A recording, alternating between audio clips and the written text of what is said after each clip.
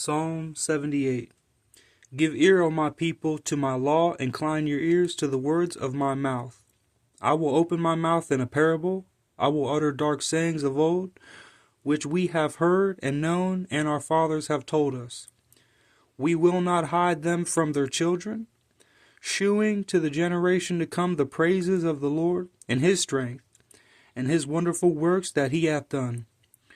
For he established a testimony in Jacob, and appointed a law in Israel, which he commanded our fathers, that they should make them known to their children, that the generation to come might know them, even the children which should be born, who should arise and declare them to their children, that they might set their hope in God, and not forget the works of God, but keep his commandments, and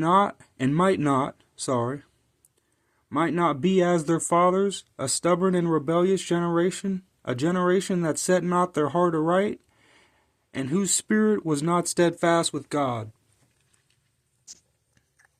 The children of Ephraim, being armed and carrying bows, turned back in the day of battle. They kept not the covenant of God, and refused to walk in his law, and forgot his works, and his wonders that he had shewed them. Marvelous things did he in the sight of their fathers, in the land of Egypt, in the field of Zoan. He divided the sea and caused them to pass through, and he made the waters to stand as an heap. In the daytime also he led them with a cloud, and all the night with a light of fire. He clave the rocks in the wilderness, and gave them drink, as out of the great depths. He brought streams also out of the rock, and caused waters to run down like rivers. And they sinned yet more against him, by provoking the Most High in the wilderness. And they tempted God in their heart by asking meat for their lust. Yea, they spake against God. They said, Can God furnish a table in the wilderness? Behold, he smote the rock, that the waters gushed out, and the streams overflowed. Can he give bread also? Can he provide flesh for his people? Therefore the Lord heard this, and was wroth.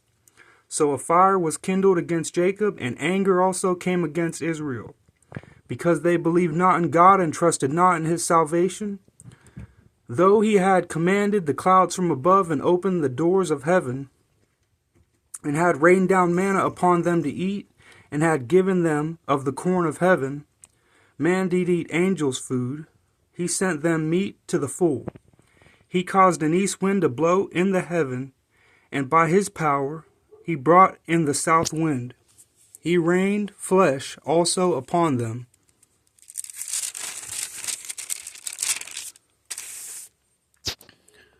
As dust, and feathered fowls, like as the sand of the sea, and he let it fall in the midst of their camp round about their habitations, so they did eat, and were well filled, for he gave them their own desire. They were not estranged from their lust, but while their meat was yet in their mouths, the wrath of God came upon them, and slew the fattest of them, and he smote down the chosen men of Israel. For all this they sinned still, and believed not for his wondrous works. Therefore their days did he consume in vanity, and their years in trouble. When he slew them, then they sought him, and they returned and inquired early after God. And they remembered that God was their rock, and the high God their Redeemer. Nevertheless they did flatter him with their mouth, and they lied unto him with their tongues. For their heart was not right with him, neither were they steadfast in his covenant. But he, being full of compassion, forgave their iniquity, and destroyed them not. Yea, many a time turned he his anger away, and did not stir up all his wrath. For he remembered that they were but flesh, a wind that passeth away, and cometh not again. How oft did they provoke him in the wilderness, and grieve him in the desert? Yea, they turned back, and tempted God, and limited the Holy One of Israel. They remembered not his hand, nor the day when he delivered them from the enemy, how he had wrought his signs in Egypt, and his wonders in the field of Zoan, and had turned their rivers into blood, and their floods that they could not drink. He sent divers sorts of flies among them, which devoured them, and frogs, which destroyed them.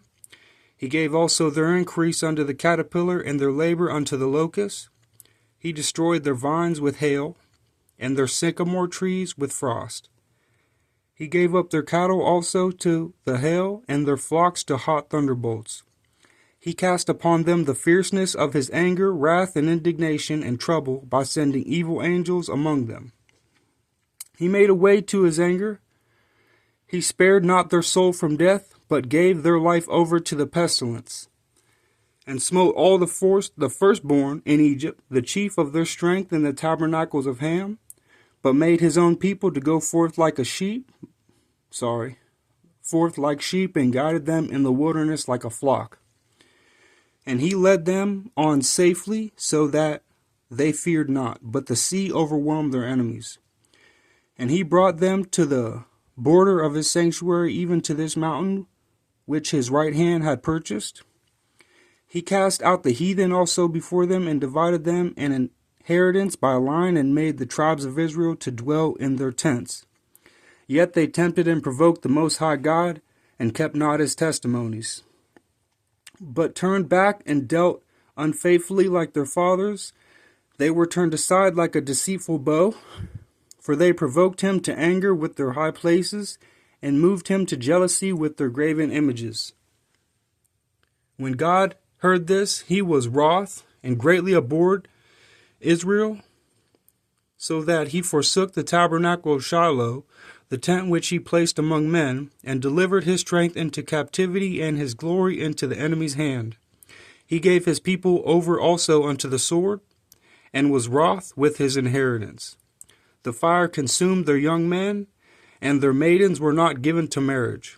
Their priests fell by the sword, and their widows made no lamentation. Then the Lord awakened as one out of sleep, and like a mighty man that shouteth by reason of wine. And he smote his enemies in the hinder parts, he put them to a perpetual reproach. Moreover, he refused the tabernacle of Joseph, and chose not the tribe of Ephraim, but chose the tribe of Judah, the Mount Zion, which he loved. And he built his sanctuary like high palaces, like the earth which he hath established forever. He chose David also his servant, and took him from the sheepfolds, from following the ewes great with young. He brought him to feed Jacob his people, and Israel his inheritance.